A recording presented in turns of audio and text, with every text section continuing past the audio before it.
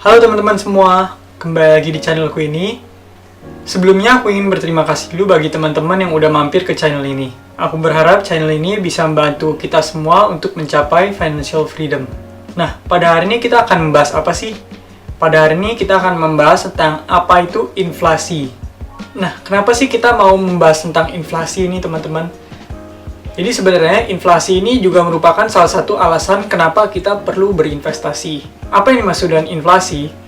Nah, jadi secara ekonomi, yang dimaksud dengan inflasi adalah meningkatnya harga secara umum dan terus-menerus, dan hal ini disebabkan oleh berbagai macam faktor. Hal ini juga dipengaruhi oleh mekanisme pasar. Tapi secara simpel teman-teman, yang dimaksud dengan inflasi adalah inflasi itu meningkatnya harga atau menurunnya daya beli uang kita.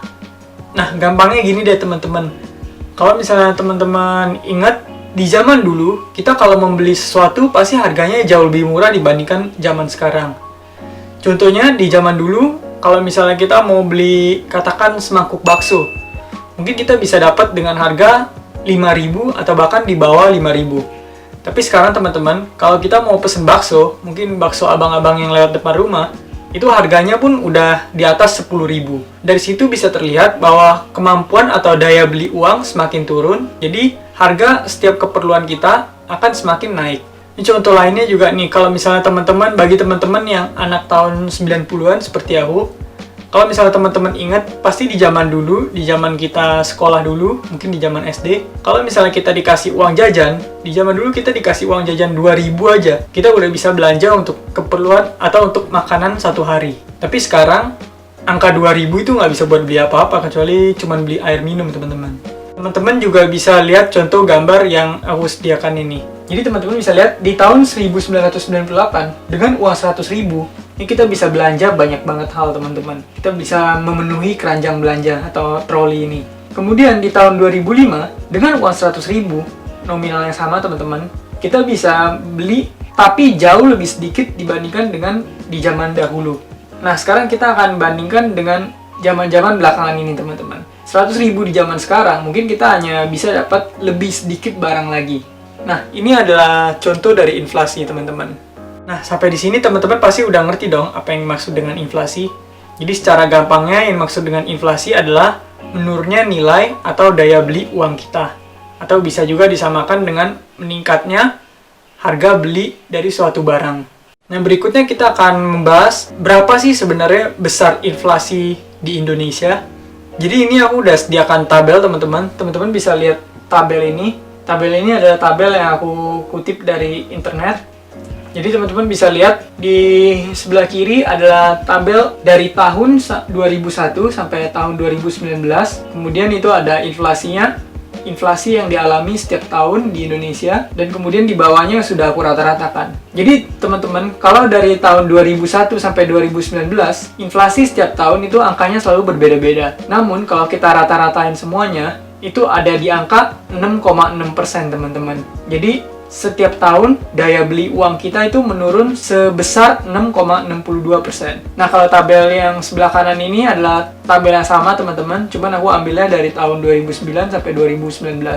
Dari situ kita bisa lihat bahwa kalau misalnya kita rata-ratain inflasi satu tahun, itu rata-ratanya ada di angka 4,58% teman-teman.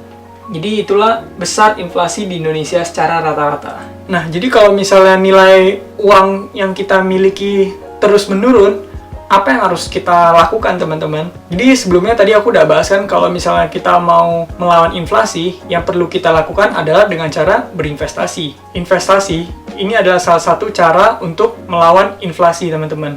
Kita pelajari angkanya, kita tahu bahwa inflasi di Indonesia itu kalau dirata-ratain mungkin ada di antara 6%.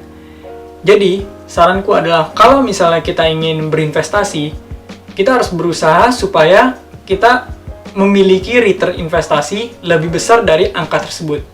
Karena kalau misalnya angkanya nggak nyampe, berarti sama aja kita rugi teman-teman. Contohnya kita menginvestasikan di instrumen yang memberikan hasil sebesar 3 atau 4% per tahun. Seperti yang kita ketahui, inflasi di Indonesia bisa mencapai angka 6%. Kalau misalnya begitu, maka setiap tahun kita akan rugi. Kalau misalnya kita dapat return 4%, kemudian inflasi 6%. Berarti secara logika, setiap tahun daya beli uang kita akan berkurang sebanyak 2%. Walaupun secara nominal mungkin uang kita lebih banyak, tapi secara daya beli kita akan rugi 2% setiap tahunnya. Jadi kalau misalnya bisa, kita harus selalu berinvestasi di instrumen yang menghasilkan lebih dari angka inflasi di Indonesia. Nah, di luar sana ada banyak kok instrumen investasi yang bisa menghasilkan return lebih besar dari angka tersebut.